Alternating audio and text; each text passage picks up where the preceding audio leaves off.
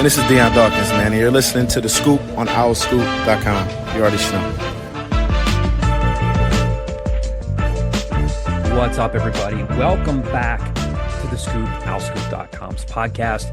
We are on to episode 3 of season 10. I'm OurScoop.com editor John DiCarlo, joined this week by Kyle Gauss. Just the two of us. If we had a larger budget, we could throw on that song right now. Would you want the Bill Withers version or would you want the Will Smith version? Will Smith. Okay.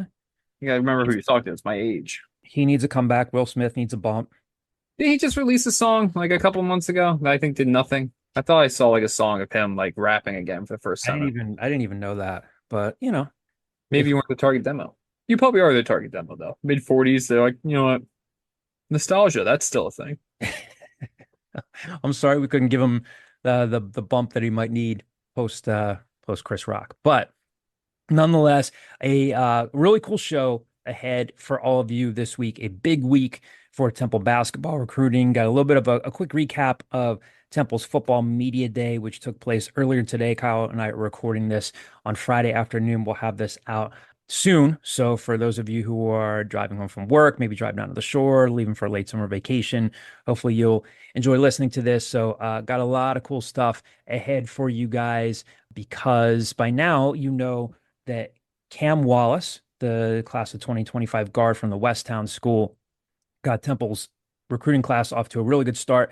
Announced earlier this week on Monday. Had a chance to talk to Cam before he announced his decision. So I'm going to play part of that interview, my interview with Cam Wallace, and also just, well, you're going to know about this by the time the scoop comes out, that Temple used that last scholarship for the 2024 class for Babatunde Durodola, a 6'8", 200-pound forward from Daytona Beach's DME Academy. He's from Toronto, played for Canada Elite on the Under Armour Circuit, and is announcing today. The announcement will be out by the time you guys listen to the scoop. So good course correction there by Temple, and we'll talk about that a little bit later in the show. So big recruiting week for them. Some important decisions, like I said, coming up for the Temple football program as their season opener at Oklahoma comes up. I'm going down to cover that game if anybody is well versed in Norman, Oklahoma. I thought you weren't allowed down in the Panhandle anymore. Jesus.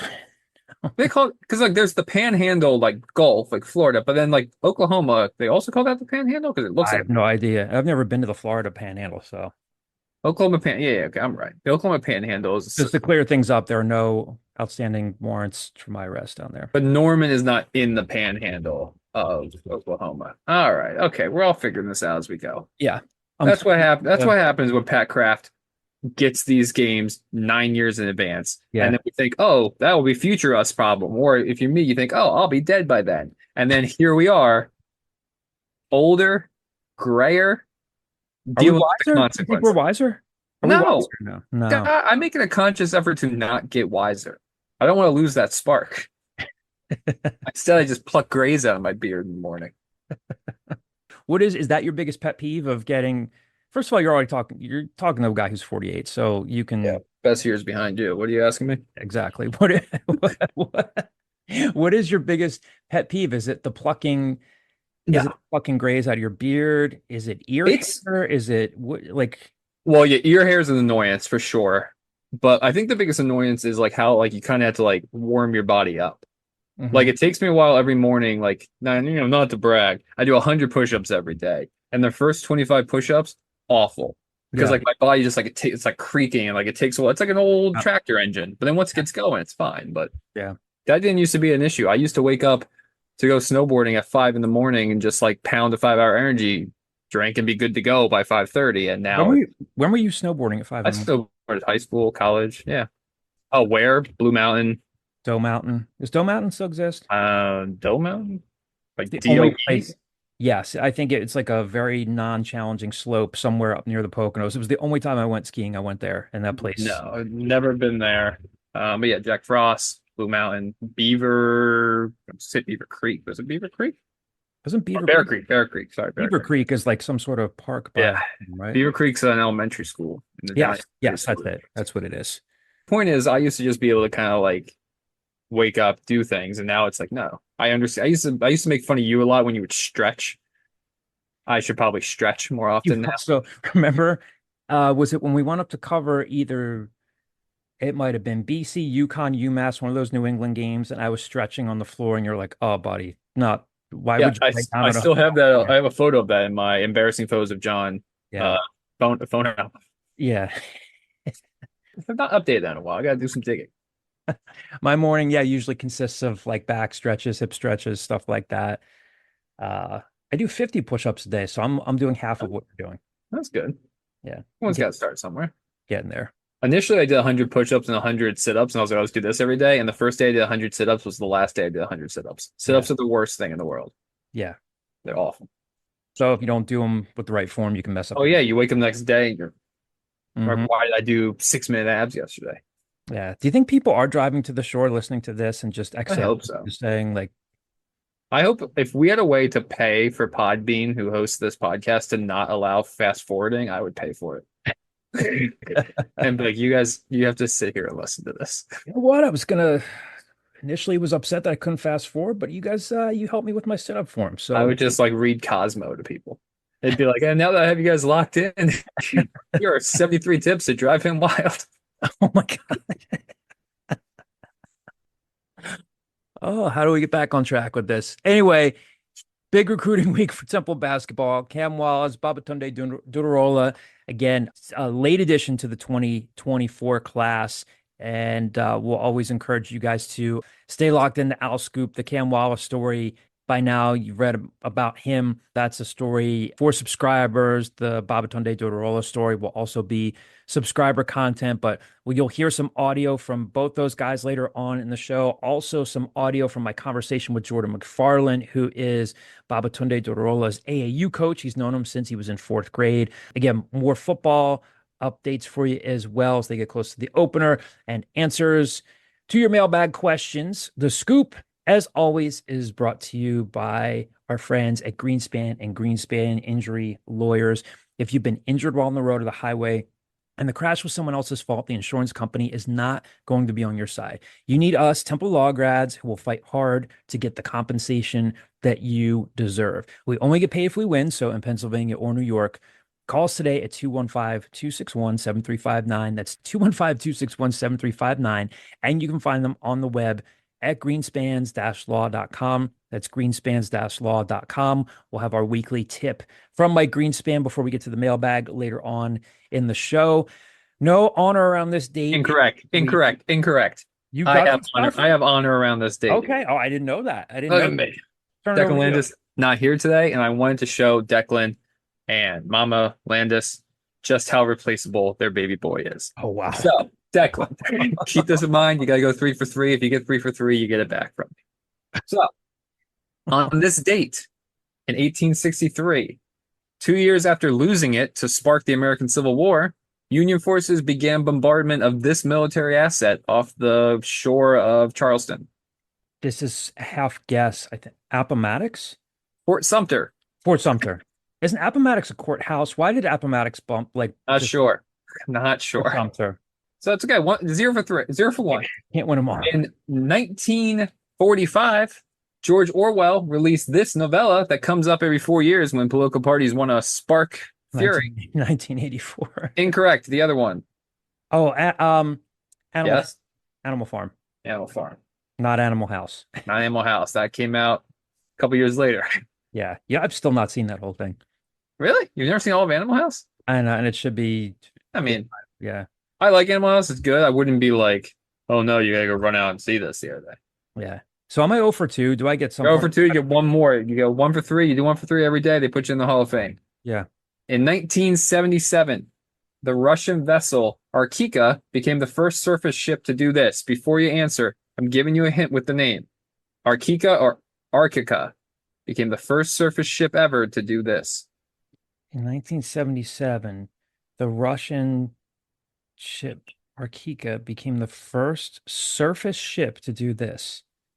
3, 2, 1. Approach Alaska? I don't know. Reach the North Pole. I was sort of close. Kinda. Alaska's not that close to the North Pole, but Hey, over 3 is fine. You do that a couple days in a row, though. We're going to send you back down to double A. I'll lose my spot to Weston Wilson on this podcast. Yeah, hit the cycle. Someone else is going to come in, hit for the cycle, and people will never hear from me again. Then they'll give him a 5-year extension, and then he'll spend the rest of his time in AAA waiting to come off the books. Like old Scott Kingery. Yeah. Well, Declan, I hope you're proud of Kyle.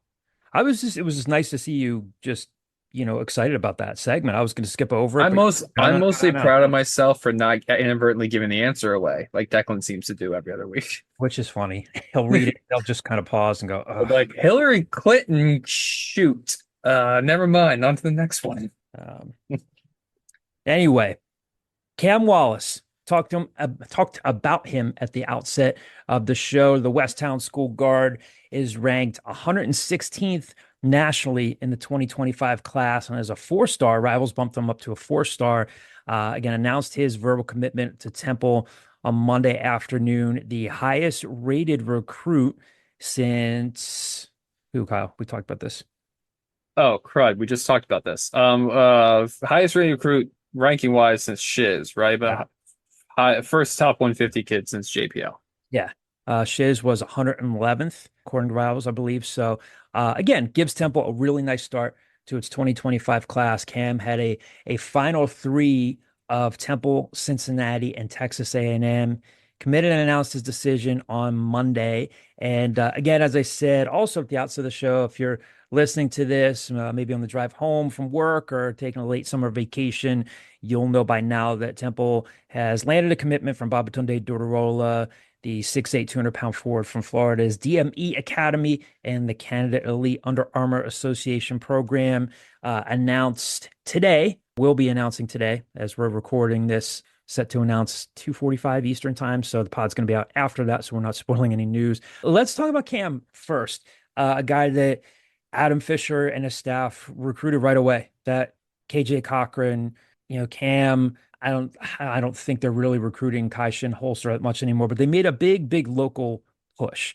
And we know how challenging it is to get some local guys to stay home. But he was in that group of guys that they pursued right away. And I think the biggest thing here, beyond the obvious stuff with him being a very good player, is that they identified one of their guys, got him to stay home and made this happen. And there could, maybe be a potential chain reaction to it with some good momentum.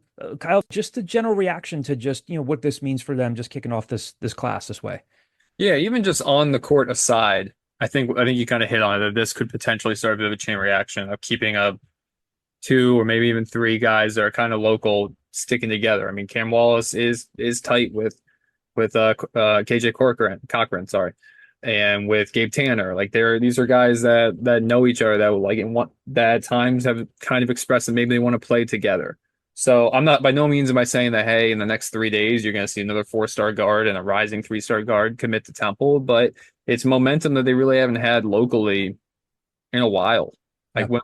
Probably since Shiz, to be quite frank. That Shiz, Trey Lowe class, or just a Flack P, like that trio is probably the last class that you can look back and say, like, okay, they kind of kept some of the better guys locally here.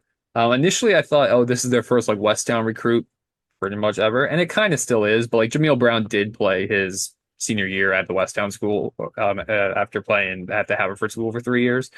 But their first guy right out of Westtown, right out of high school at Westtown in a while, after they last second missed on a certain 5-star big that ended up at Villanova that we don't want to talk about. And also had to graduate from Downingtown East. Yeah. Go Cougars. So yeah, I think it's big just on paper, it's big, but then from a basketball perspective, I think it's also big. I think you can kind of plug him into that like 2-3 role where he can play as shooting guard, he can play more of a wing, he can shoot, just a high level guy. I mean, there's a reason that Temple beat out Texas A&M and Cincinnati for him, like 2 programs that, quite frankly, especially Cincinnati, in recent years have been able to come in and just take players from Temple's backyard they want to. I mean, Dan Skilling was as recruited as hardly by Temple as any other program, and Cincinnati just came in and took him. So being able to actually kind of keep Cam Wallace local and keep him coming in and keeping that Chester County connection coming is a positive development for what's essentially, I mean, I always tend to kind of give coaches that first like year as a bit of like an adjustment period. And then this is, even though they might have had the full year to hone in on Aiden Tobiasen and Dybantsa in the last class, that next class is when they kind of had that full cycle because they're able to evaluate these kids when they're like sophomores, then recruit them when they're juniors, and heading into their senior year, get those commitments. So it's a good start to Adam Fisher's, in a way, first true recruiting class. Again, you can find this in our story, but if in terms of stats, Cam shot almost 59% from the floor, averaged 18.4 points, 6.8 rebounds per game at Westtown this past season, second team All-State player. And again, chose, as Kyle said, Temple over Texas A&M and Cincinnati. Had the chance, like I said earlier, to talk to Cam on Monday prior to him announcing his decision. And we'll play some of this interview here. This is most of our conversation. Just hearing him talk about why he chose Temple at the end, toward the end of the conversation, he does mention, I asked him about KJ Cochran and Gabe Tanner from the Perkiomen School. And so you hear about that, just a little bit more about his game, why he chose Temple and all that good stuff. And then we'll have more for you on the other side here. I know Temple's been recruiting you for a while. I saw that you listed Temple, Texas A&M, and Cincinnati. What was it about Temple? Just the love they showed me for the past year and a half.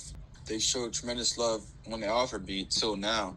And I just recognized that. And I feel like Coach Fisher and Coach Bobby just think I'm the best, and that's what I like. And yeah, they've just shown tremendous love, and not to only me, but to my family too, and that means a lot to me.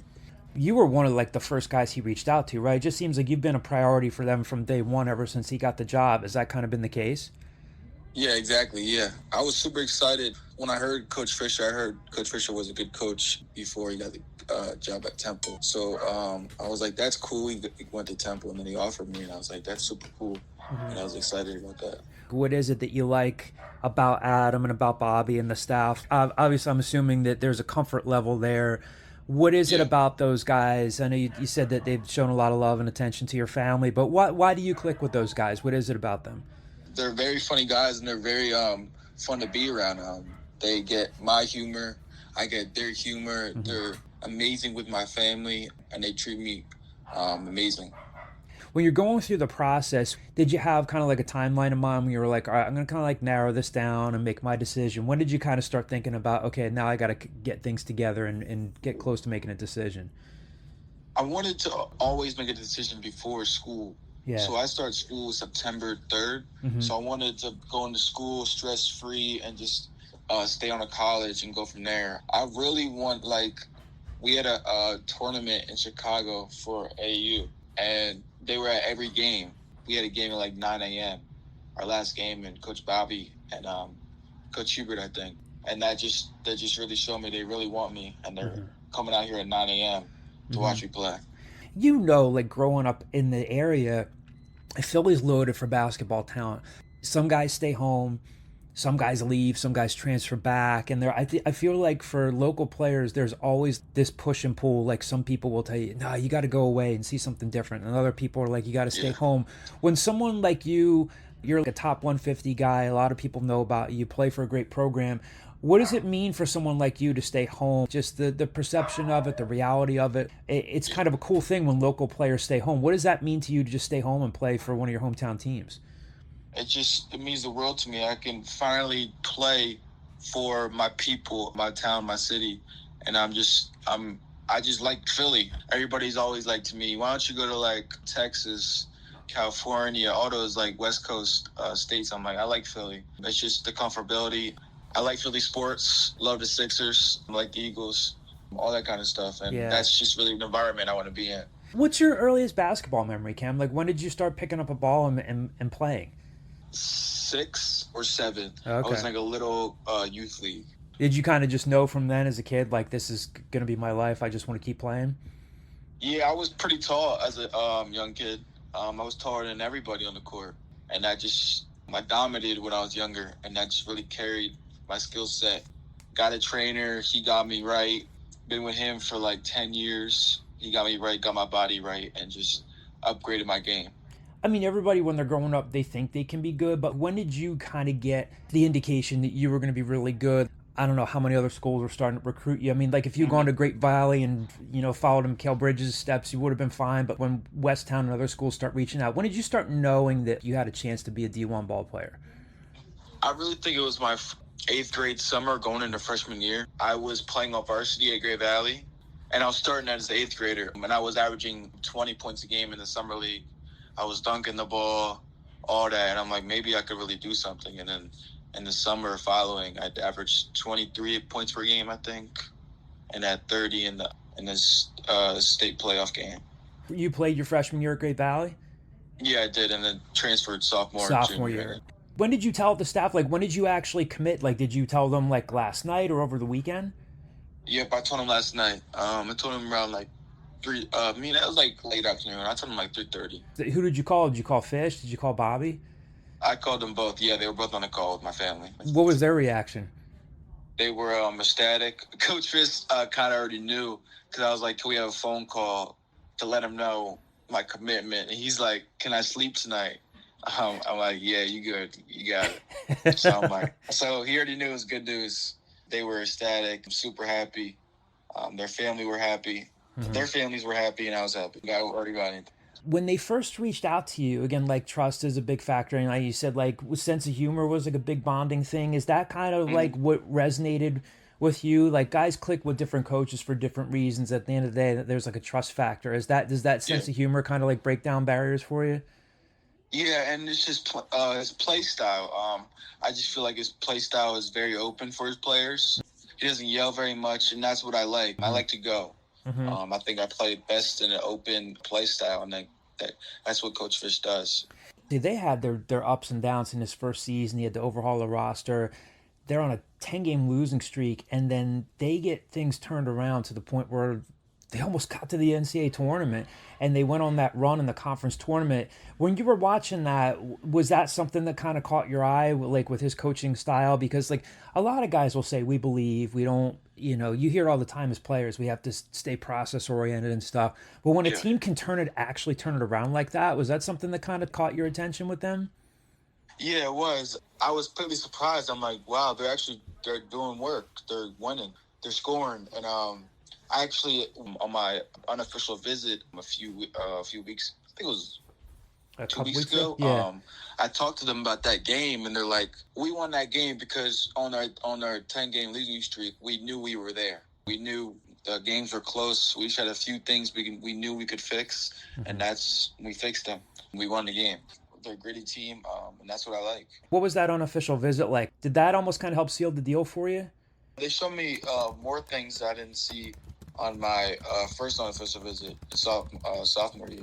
They showed me my dorm, living life, just all the things Temple offers off the court. Mm-hmm. And that's really sealed the deal. Did you kind of know on the unofficial visit and you just needed more time, or is there a day where it kind of just hits you and you say, okay, I'm gonna go to Temple? Like, when did you actually kind of know beyond a shadow of a doubt that you were going to commit?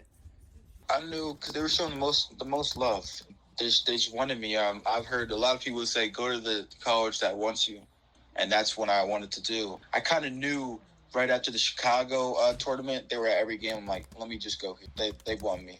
What is that feeling like when you kind of know? Is it I guess it's probably like a double-edged sword, right? It's a very flattering thing when all these D1 programs are recruiting you, Cincinnati, Texas A&M, all the other programs that have offered you, and to be ranked as high as you are. But is it kind of nerve-wracking when you're going back and forth in your brain? Like, is there a sense of relief once you feel like you know?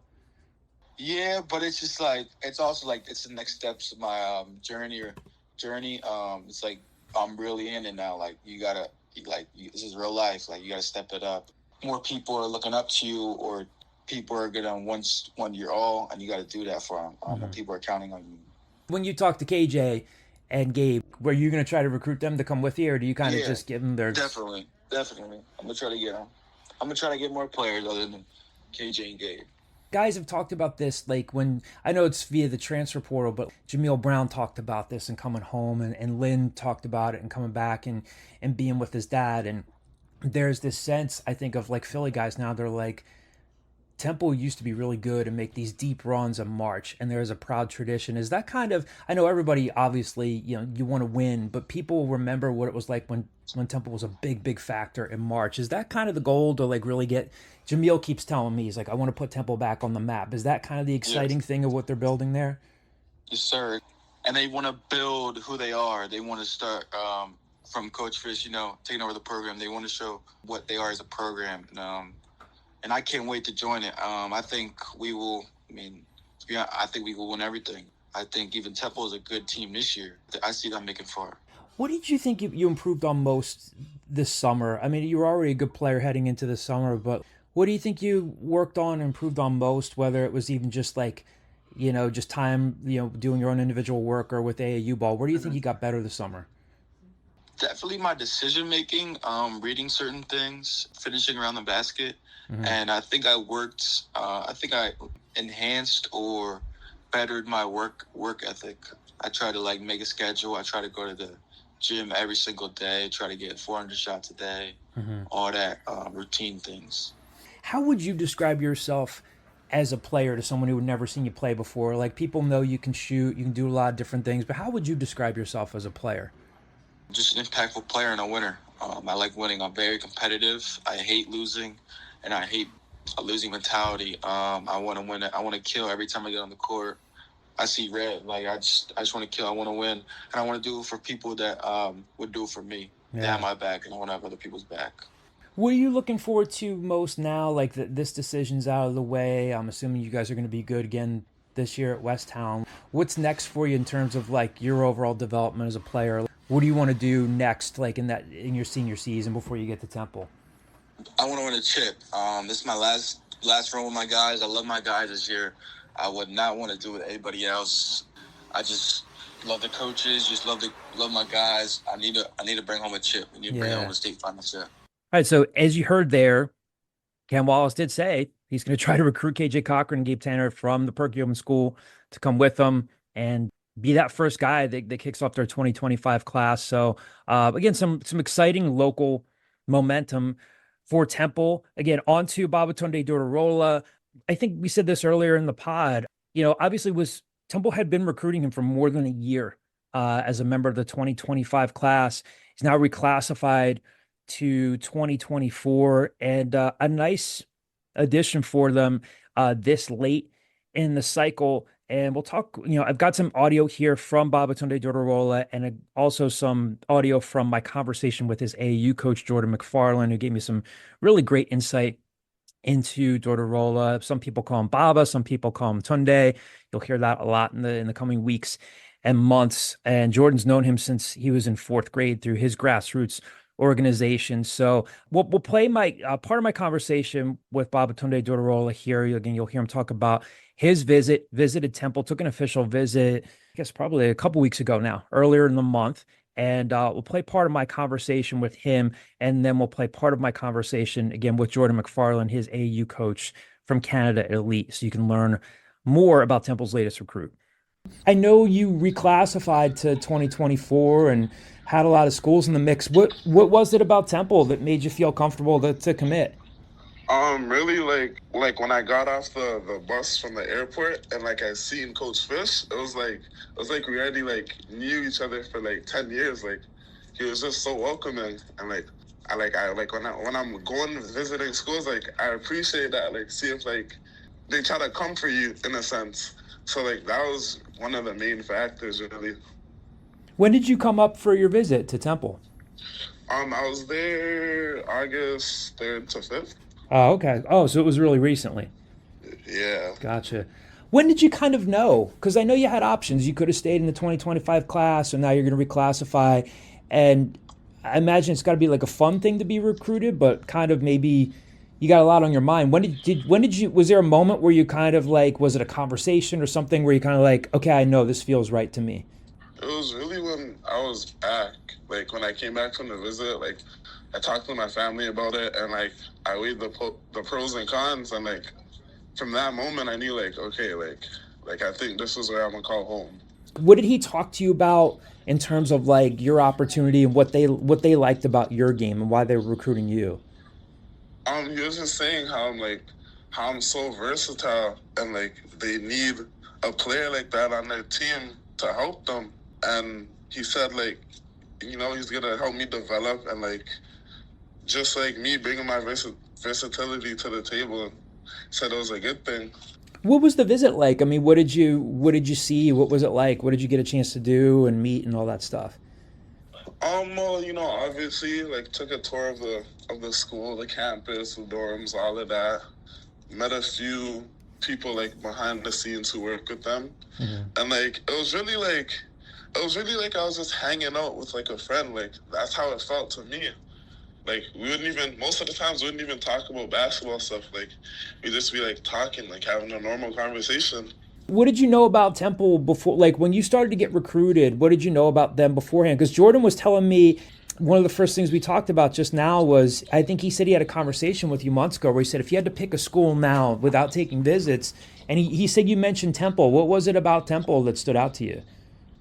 I don't know, like, it was, I can't explain it. There was just something about Temple. It's like, oh, like it had me intrigued. Uh-huh. Because I might want to go here. And that was what, like several months ago before last season? Yeah. Had they reached out before, like when you were down at DME, like had they reached out before and you heard a little bit about them?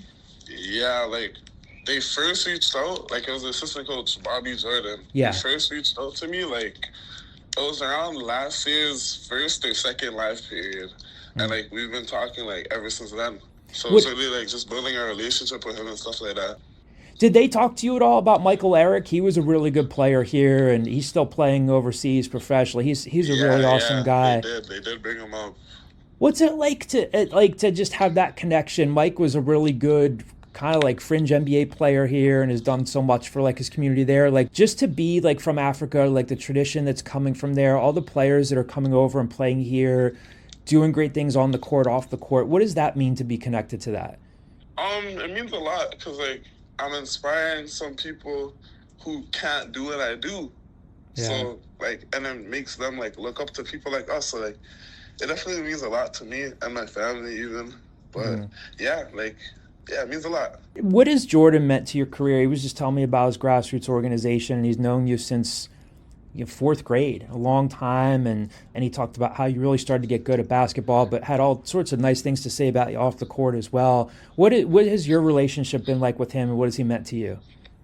Yeah, like I knew him since like about grade 4, and like at first like he was just like another coach to me, but like as I started getting older, like we formed like some sort of like little brother, big brother relationship. So. Like, that's my guy. Yeah. And what about playing down at DME, like, just against, like, good competition down there, playing in Florida? What's that been like for you? It was great, because, like, coming from Toronto, like I've been playing the same competition, like, since I was young. Mm-hmm. So, like, to get a change of scenery and, like, play, like, arguably, like, the best of the best, like it was good. And I feel like it tested my skill set to see, like, where I was at as a player. Who were some of the top players like that you went up against down in Florida? Anybody that stood out to you? Played A.J. Dybantsa, Cooper Flagg, Derek Queen. Whether it's like a certain possession, whether you guard these guys or not, the competition like that when you go up against those guys, what's it like? Is it exciting? Do you kind of say whether it's this possession, that thing here, that thing there, I'm measuring myself against them? What's that like for you?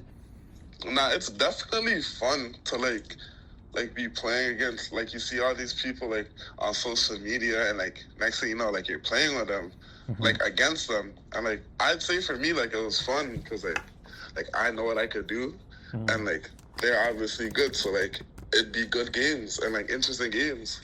Did you get to guard Cooper Flagg at all? A little 1-2 possessions, but not much. What was that like? Because, I mean, like, everybody, there's so much focus on him and so much attention on him. What was it like just going up against him, even if it was just a couple possessions? It was definitely, I'd say, eye-opening, like, how he is as a player, because, like, he does all the little things right. And, like, usually, like, high-level players, like, they don't care about the little things, but, like, he does every little thing, like almost perfect. Jordan's talked about how versatile you are as a player. Is there a part of your game that you feel like has really come along recently that you've really kind of fine-tuned and improved? I definitely say my shooting, because before, like, I wouldn't shoot. Like, I wasn't a good shooter, but like now, like I'd have the confidence to take shots and hit shots too. So that's definitely come a long way.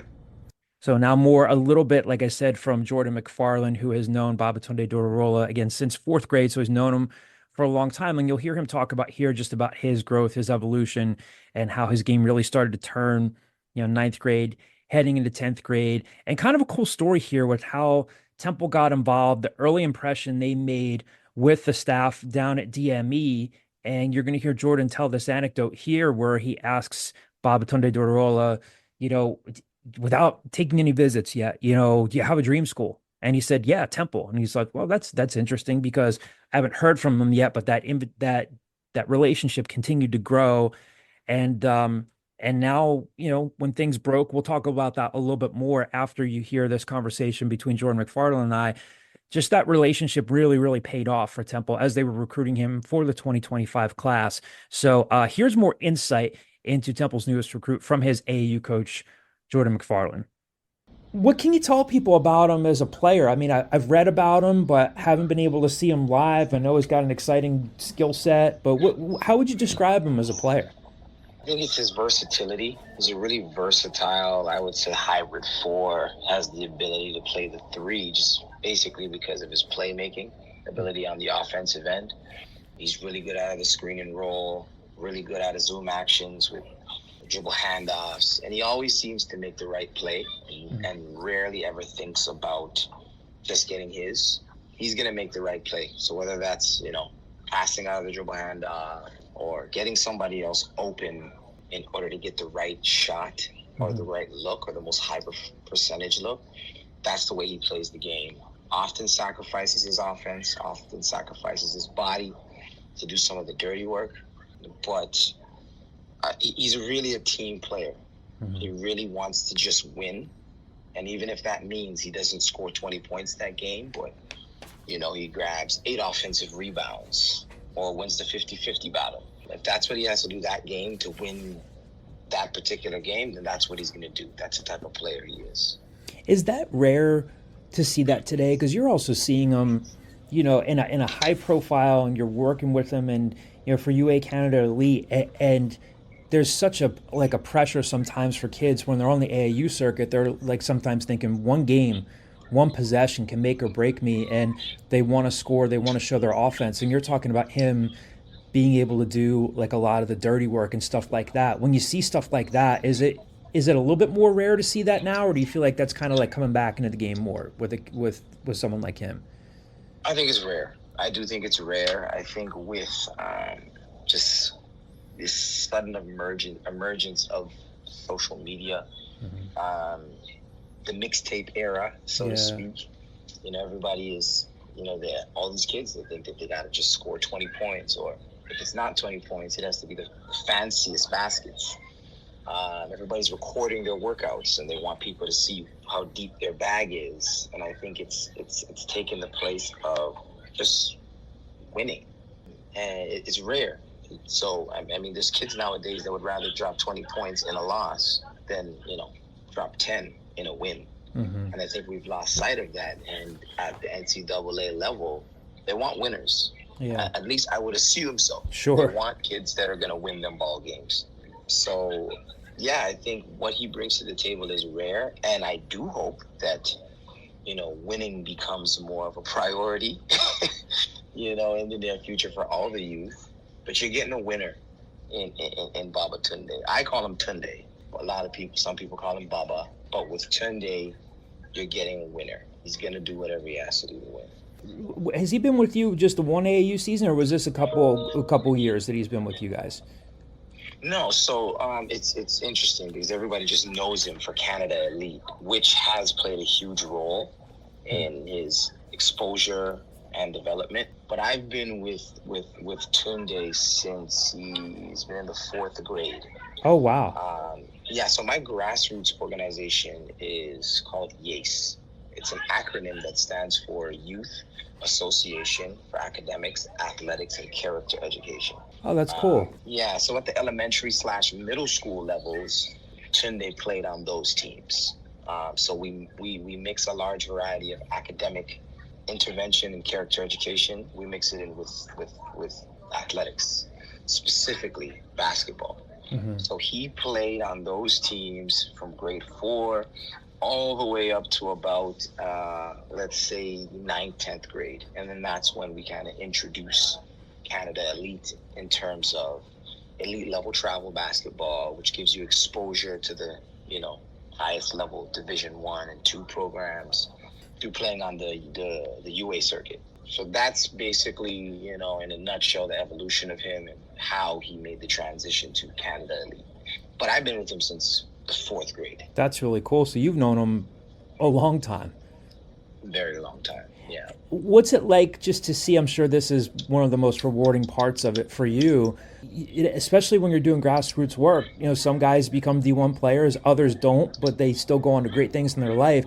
When did you start to maybe see him really turn the corner when you say, like, oh, he's got a chance. He's got a chance to be a D1 ball player. When did you start to see him kind of like rounding into form in that way? You know what is interesting, because I started noticing when he realized it. When I noticed it, it was around the time when he realized that he wanted to take it seriously. So this was probably grade 9 going to 10. I think it was that summer when something clicked and he decided, okay, I want to do this for real. Like, I really think I can do this now. And we just saw a switch in his work ethic. He suddenly became more available to work out, do individual workouts. Yeah. So you could just see his work ethic and his motor pick up. And he finally said to me, he's like, Coach, I think I can really do this. And ever since then, he's just been on a tear. He was always an under radar kid, never received that much attention because his game is not flashy. There's nothing about his game that says highlight reel, but he's just really efficient. So when he said, it was around the 9th or 10th grade, I believe, where he was like, I really want to do this. And I said, okay, let's go. Let's do it. When did you start to see Temple get involved in recruiting him? Well, it's funny because he had mentioned earlier on this academic year, like 2023 going into 2024, I had asked him, out of all the schools that are reaching out, if you just had to just blindly make a decision now, what would be your school? Technically, what would be your dream school? And he said, Temple. And I said, well, Tunde, I've never spoken to Temple. I've never heard from him. He's like, yeah, but while he was up at DME, so this year, academically, he was at DME, Tona Beach. Shout out to Matt Panaggio over there, did a wonderful job with him. He said that there were a couple of games that they had, and they had reached out and just expressed interest through Matt. And he said just the conversations that Matt, his coach down there, explained that they had with him, it seemed like the place to be. So that was very interesting to me because I had never spoken to them yet. So as the year went on and we were competing. He was competing at DME, and then it spilled over into the AAU season. He mentioned to me that they reached out again and they'd like to talk. So once that started happening, they were already in a way the favorites, because he had already mentioned to me that that's a school that he would probably pick if he just had to. Let's just say he didn't go on a visit at all. Yeah. And he had to just pick a school, he would have picked them. So they were already strong favorites, but once we got a chance to, visit, meet the staff and just figure out the Temple way on campus, it just seemed like home. And anywhere that he ended up, he said that it had to feel like home. So I think that was the biggest factor. All right. So I hope you guys enjoyed those conversations. Kyle, we, talked about this a little bit at the beginning of the pod, and, obviously they get, some size, kind of like an American Athletic Conference big who's, 6'8", 200, 210, can play a little bit inside, a little bit outside. You heard him talk about the fact that his shooting has come a long way. Before that, he was more just like a, not that he isn't still maybe this type of player, like do a lot of the dirty work around the rim and in the paint, but now he feels a little bit more confident, or really a lot more confident, stepping out and shooting. So you heard him talk about that and the aspects of his game that have come together. But we mentioned before that nice job here by Temple staff, and particularly Bobby Jordan, who was his lead recruiter, to kind of, just stop on a dime and switch things up, because they had Riccardo Greppi, a 6'10" center from Italy, silently committed until Wisconsin basically came in at the last minute. And Greppi was, I'm not saying this as a shot at Riccardo Greppi, but he was a backup plan for them. And Right. Temple had him committed, and Wisconsin lost out on another target. They flipped to him, put together a nice NIL package for him. And so sometimes, even pre-NIL, I know recruiting is not an easy thing, but Temple sometimes has maybe been left flat-footed in a situation like this. So with that last scholarship, they decided to quickly move on to things with Durodola. And, as I understand it, went to him and said, hey, they talked to him about Riccardo Greppi, and Durodola has the grades to reclassify, and had talked to him and said, hey, would you want to reclass? And so within the span of a few weeks here, a nice adjustment by them. I think, had they not gotten Durodola and maybe left that scholarship open, not the worst thing in the world, because now coaches will tell you in 2024 or 2025, it's hard to keep everybody happy. But that comes out to me as like something that stands out, is like they adjusted, and they adjusted well here. Greppi, yes, he's 6'10", had some legit upside, but it might take a year for him to develop. Whereas Durodola, even if he plays a few minutes here and there, he's a little bit more of a known commodity for them. And now you have some real depth at that 3-4 position there. Yeah, I mean, I guess I would phrase it this way: is it's a very un-Temple thing to do, which is, I mean, that as like a compliment. Like Temple, at least during the time I've been covering, has never really been able to kind of pivot or maybe be forward thinking enough at times to be like, yeah, let me bring in a next class guy and bring him down. But even from just a basketball perspective, kind of been hearing about this for a couple of days, couple of weeks. And when I started digging into him a bit more, I mean, this is a guy that 2 months ago won the best, well, not won, but was named the best big man by Rivals at the Under Armour under 60, like elite AAU program.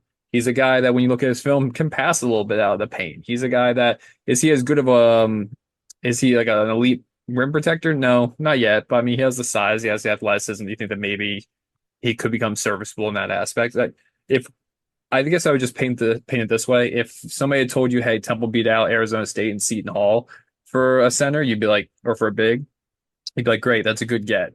They're doing that by being creative.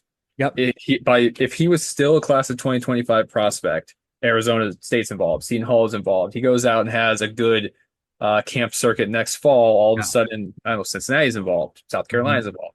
Yep. Instead, by being able to pivot and get him in earlier, get him in the system a year earlier, they were kind of able to take advantage of the fact that they still had an open scholarship when a lot of these other programs do not or did not. So yeah, I mean, kudos to them. For all I know, I mean, I know nothing about what his future is going to be at Temple. I don't know if he's a guy that becomes a 3-year starter or if he's a guy that just becomes a rotational guy. But just from, again, on paper and just from being creative, this was a pretty big get for them. Yeah, absolutely.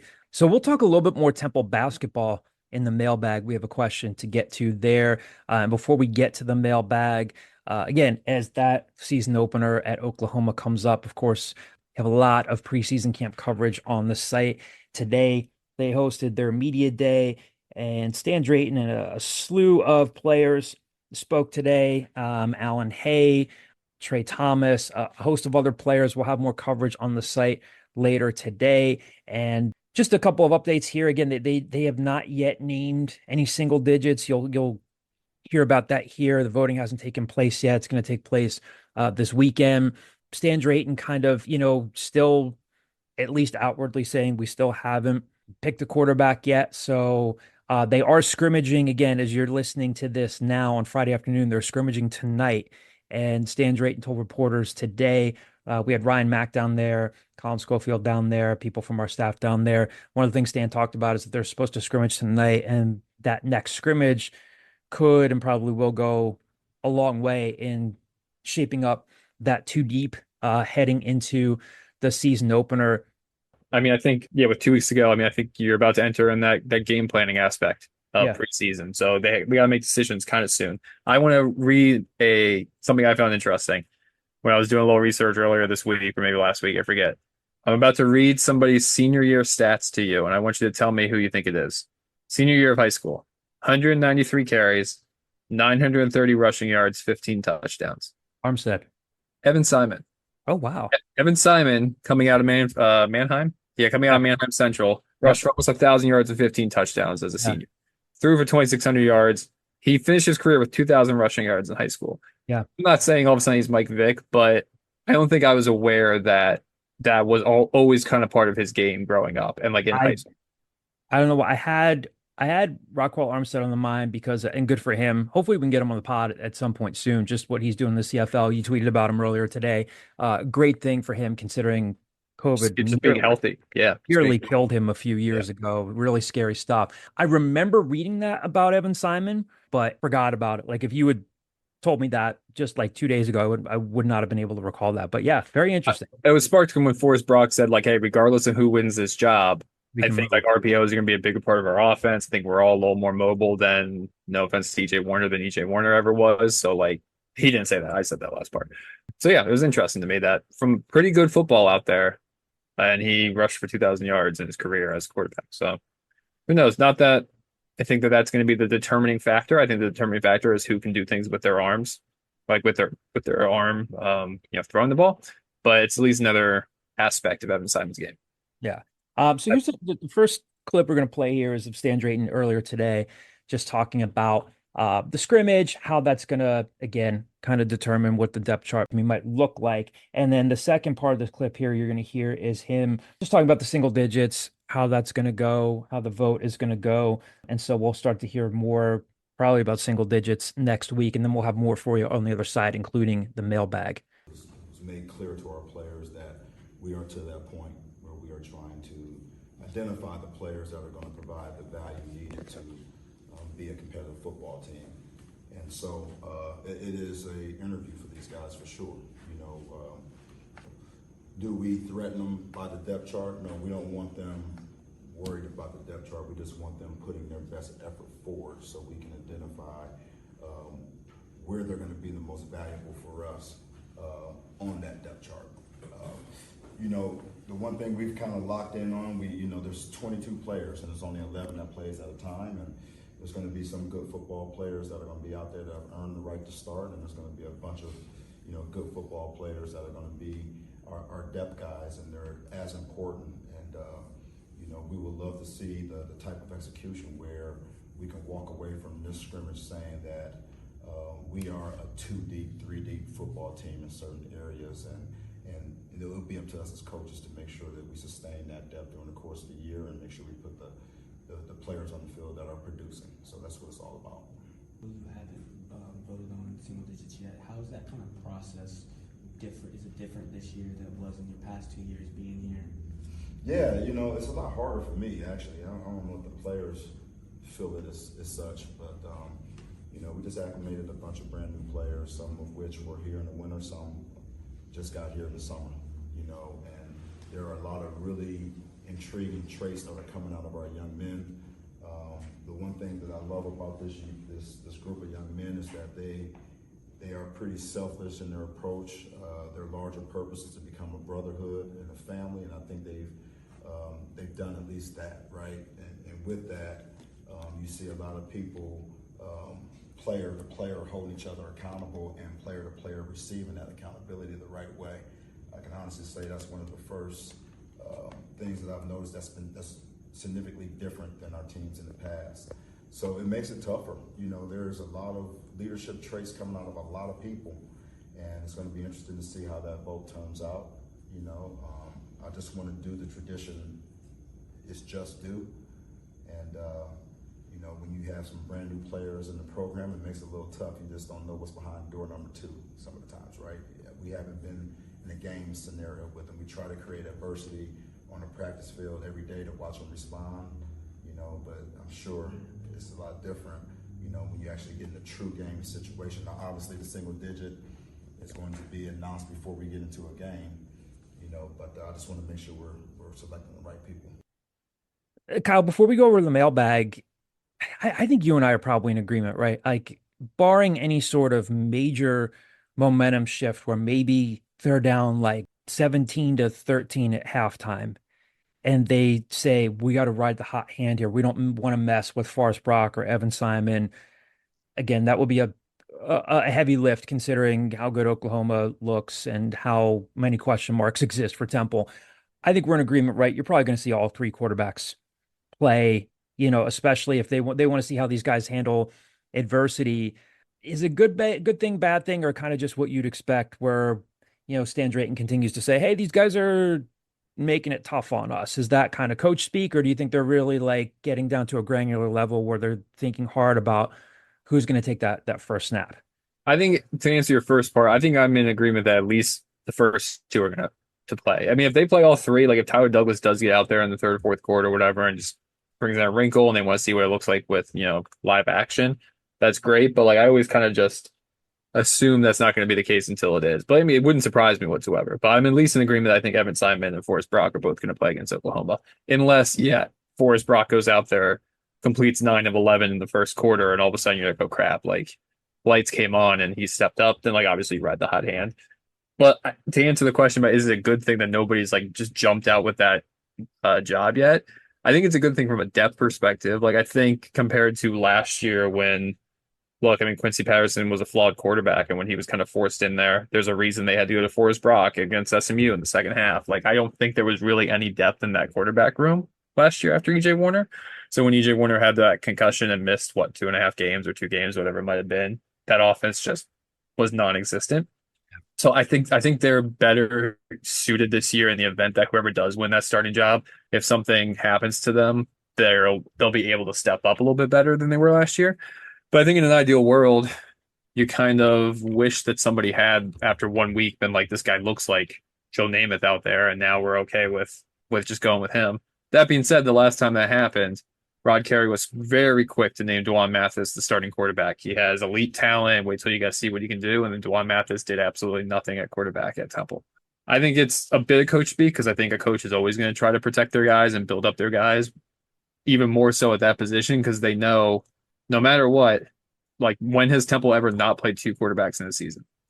It happens every year.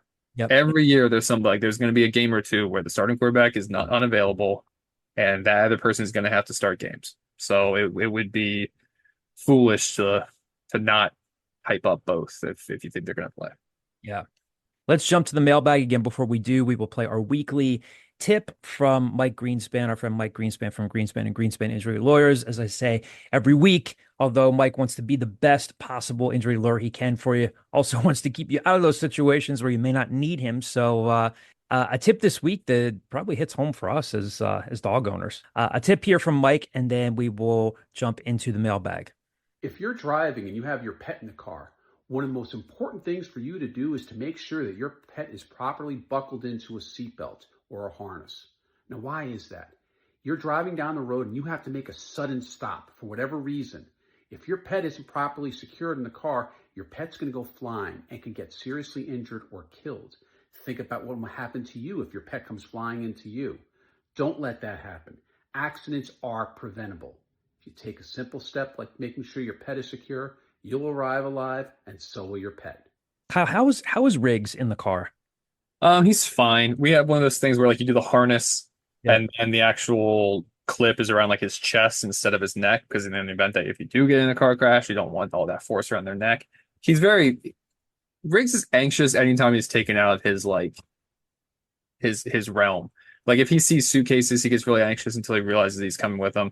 When we went up to the Finger Lakes, I had to put him like the third row of the SUV and kind of make him like a den, but he's fine. Otherwise, he'll just be right up next to you the entire time. Or like he wants to lay his hand. When I drive, I do the left arm on the steering wheel. I usually have the right arm on the shifter, even though I drive an automatic and I'm not shifting. I guess it's just how I'm comfortable. And Riggs will then lay his head on your forearm if you don't have him like clipped in the back. So I have to be pretty proactive with him. But he doesn't like pee or poop or claw or anything. He's just like there. After this week, when I came back from the shore, I put Bear, Cece, and Pearl in their carriers, and like they're in their carriers. The carriers are kind of like strapped down to the seats. They're pretty good. I'm getting a hang of like Bear doesn't care. Like Bear will go anywhere. He's super laid back. He's 2 now. Cece just turned 1. Pearl will be 1 around Christmas. So they're all like still puppies, but they like when I put on the scoop. They relax. Bears relaxed with anything. Sometimes when you play another podcast or whatever, they get a little fussy and like they'll start whining a little bit, but they like the scoop and they like their jazz music. But yes. What if it like for some reason it was like they didn't like your voice or my voice, they just really like Johnny's voice.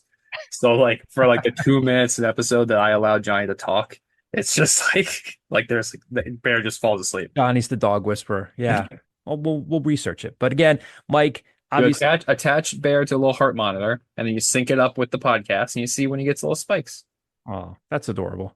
That would this is sort of related to Temple, but not really. But I just know that a lot of people kind of gut check it. Pat Hobb just resigned as Rutgers athletic director unexpectedly. Interesting. It is interesting. Obviously, has been fairly successful over there with bringing Shiano back, hiring Steve Pikel. Was he there when they got in the Big Ten? No, they were already in the Big Ten when they hired Hobbs. But obviously, I mean, work is this is all coming back to me because the previous athletic director had to resign because Kyle Flood was getting professors to change grades for the football. Yeah, having download conversations outside of like the university library. So, but yeah, I mean, during the time he was there, I mean, they have certainly. I mean, the university can't necessarily do it this way in the past, but significant NIL resources up there, and they've been doing some serious damage. I mean, NBA scouts are going to be mainstays at Rutgers games. You know what's interesting? From a Temple perspective, is Tim Pernetti interested in going back to that job? Is athletic director at Rutgers a promotion from commissioner of the the American? I don't think so, but he's a Jersey guy. He has a relationship with Shiano. That's interesting. That's a very interesting question. It's a very incestuous industry. So like it wouldn't surprise me if people go back to things like that. But who knows? This is alma mater. Interesting. A little breaking news late in the new American Athletic Commissioner, Barrett DiCarlo. I always laugh when you go to the vet and they're like, Riggins Gauss? I'm like, yes. Here he is. Bear would spend recklessly. He would not balance a budget. I think he'd be a good fundraiser though. I mean, he's cute. Kissing booth. Yeah. Yeah. That's what we always say. Like, they have a kissing booth and that's how they bring their share of money into the house. So yeah. Anyway, let's get into this mailbag here. First question comes from the screen name Temple Fan Al. This is a football question. Temple averaged 21.08 points per game last year. Will our offense score more points per game this year? You can go first. Oh boy. Yes, by a smidge more.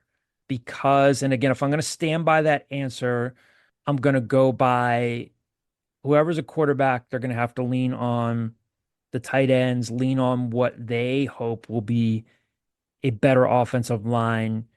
I think I could see them averaging like 22, 23 points a game. There's just so many question marks there, but I my gut tells me they're not going to go backwards, even though, again, clear drop off as of now.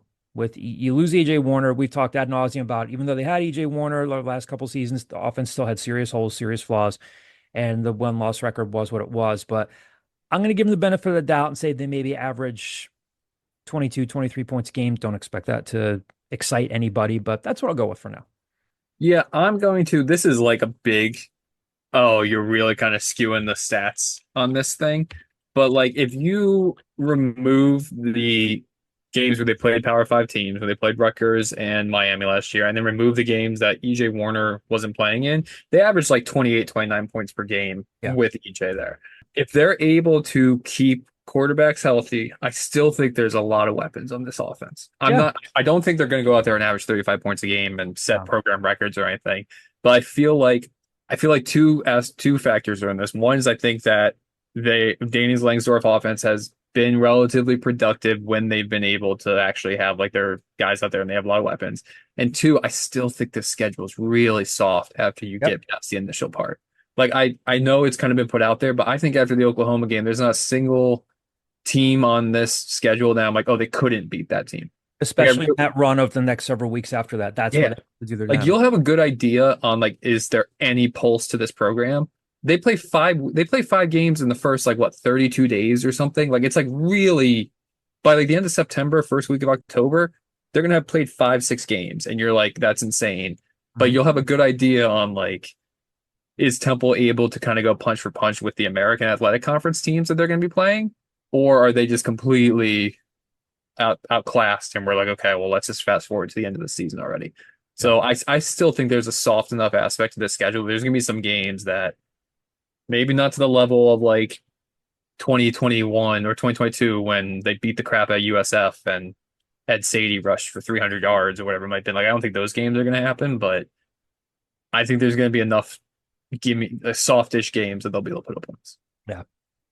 And if not, like, hey, if they're averaging 19 points a game and they go 1-11, then like, it's what it is, right? Now it's on to the next aspect of this rebuild. Yeah. Next question here in the mailbag comes from the screen name Al Worldwide. For basketball, projected starting five and anyone you think will that will surprise people. Who's your projected starting five at this point? I want to see if it's the same as mine. Oh crap. Okay. LG3, Jamal Mashburn Jr., Steve Settle. Yep.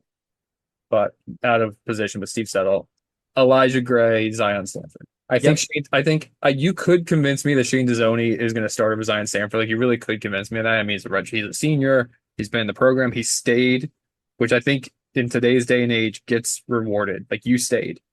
He had the opportunity. Shane Dezzoni had the opportunities to leave and go somewhere else and be a hired gun for a year. Instead, he stays. I do think that decision, that loyalty gets rewarded a bit.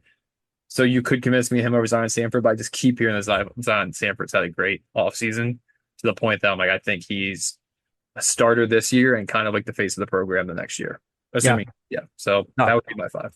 Yeah, dead on accurate. And I think, your first three guys off the bench are, if Shane doesn't start, Shane, Jameel Brown, Dylan Battie in the front court. And I think, a decent. And Mateo's still going to have a role. Yeah. I think you could see his minutes go down a little bit potentially, but we'll see if they can get some early leads and they say, okay, a couple possessions here and there. We might lose a step defensively here, but we need a guy that can come in and bury a couple shots and turn that 6-point lead into a 12-point lead or something like that. And then look, like Quante Berry's played, Mo Bamba's played at times with Tulsa. Like, they have a fair. Okita. Oh, sorry, what did I say? Mo Bamba? Mo Bamba, yeah. Well, Mo Bamba probably also has played for Tulsa. Maybe is there a G League team in Tulsa? We've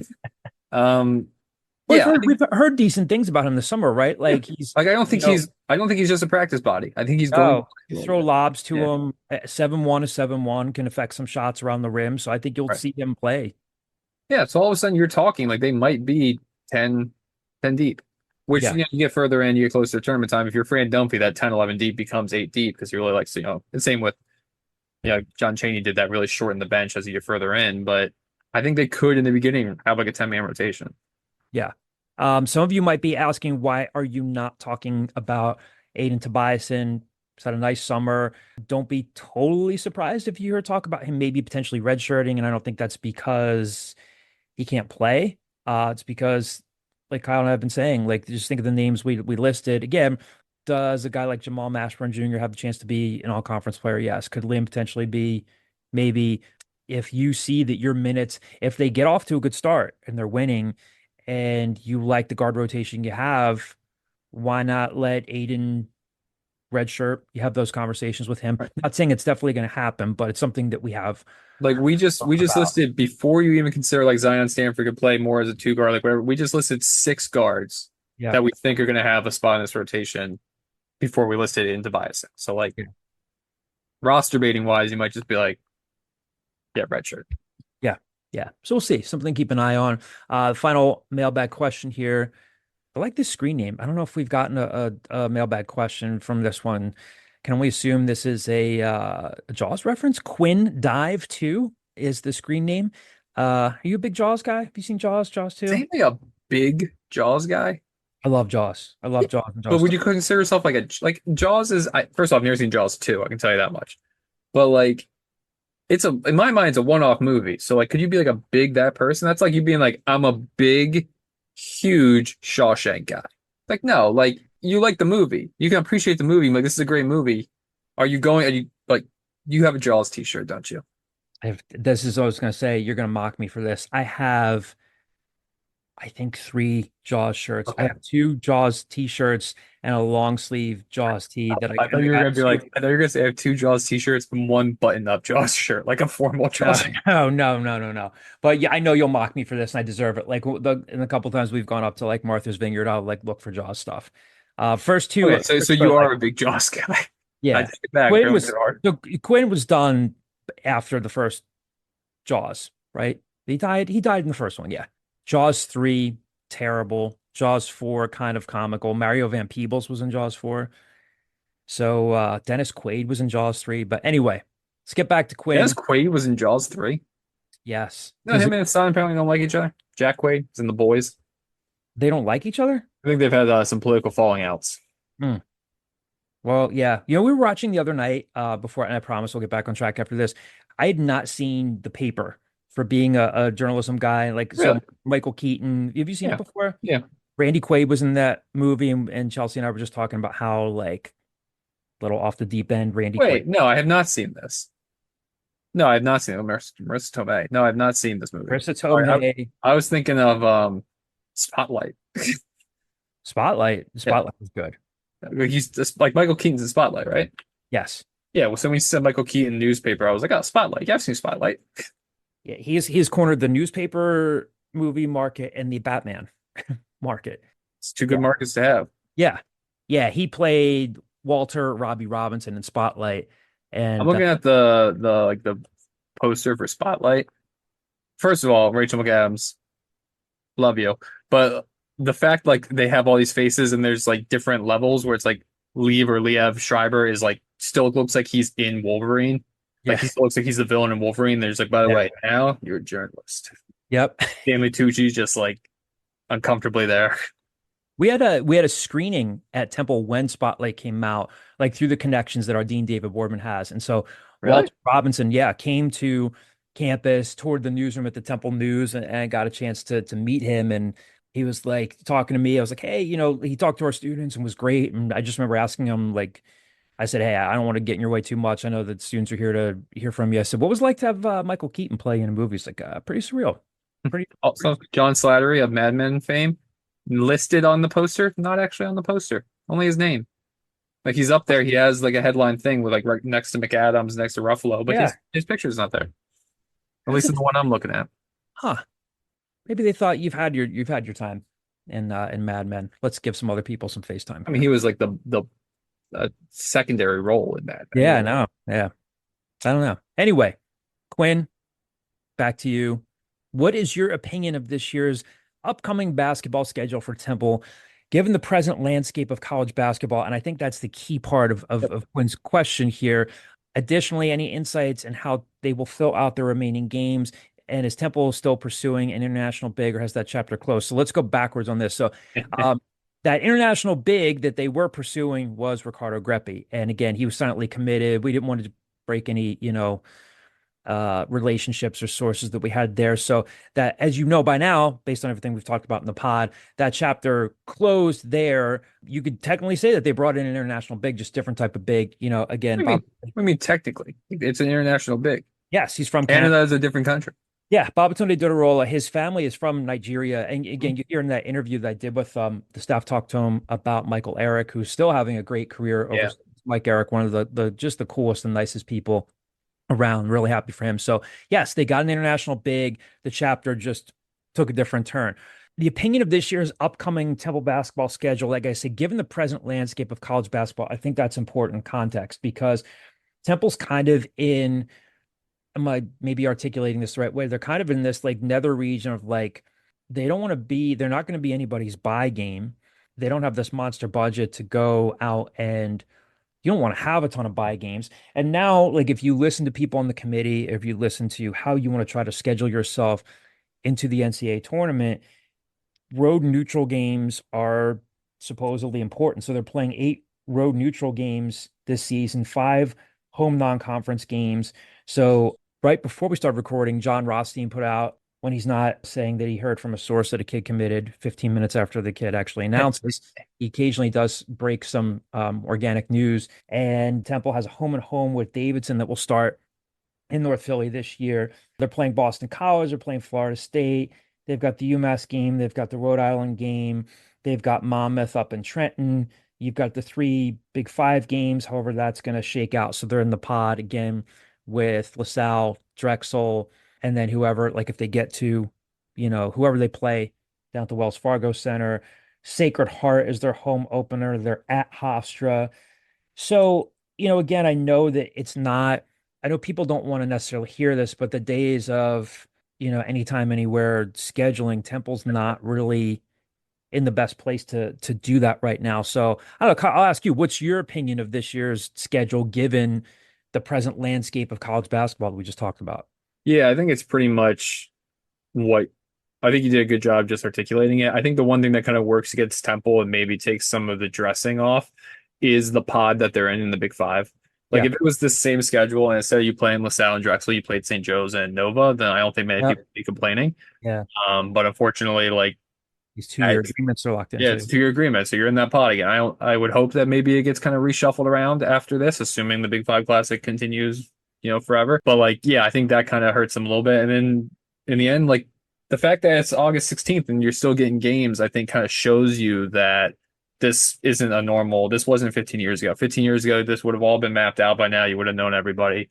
But now it's just, look, you're just trying to find games wherever you can. I think Davidson home and home is almost kind of best case scenario that you can get at this point. I think you kind of like, if you want to get creative with it and you want some teams that might actually help your resume, I think you're going to have to kind of do some of those like good mid-major home and homes and hope that mid-major becomes the team that wins their conference. And then you have that notch on your belt. But until then, like Temple's budget just does not allow for them to go out and buy games. And I also, like you said, I don't think they necessarily want to go out and buy, hey, let's have whatever.